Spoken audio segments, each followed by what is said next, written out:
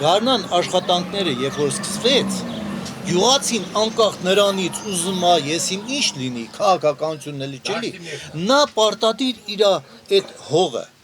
եկավ, պարտադիր պետքա վարվի, ցանվի,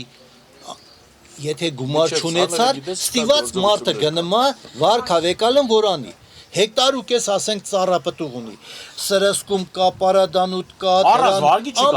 ամեն գարուն գյուղացի վարվեկալը, որ աշխատող չունես, հնարավորություն չունես, ուրեմն պետքա վարվեկալ։ Հիմի ասենք դա բնական աղետ է, ասենք կարկուտ եկել է, կամ երկաշարժ որը լմա։ Այս մարդը ինչով է մեղավոր, արել է, հասել է մայիս ամիսը, հունիսի մեկ էլ քանիսին տեն մեզ կարկուտն եկավ։ Դա հավասար է քո ամբողջ ներդրածը լցի չունի։ Հիմա ասենք այդ հաս ուրիշի բողոք ես, այդ հաս ասես սառեսեք, այս պետությունը պետքա գաստուգի գոյնասենք, այս մարդուն վնասա տվե տեսավ, գոյնասի հարգեր կամ բաներ ունես,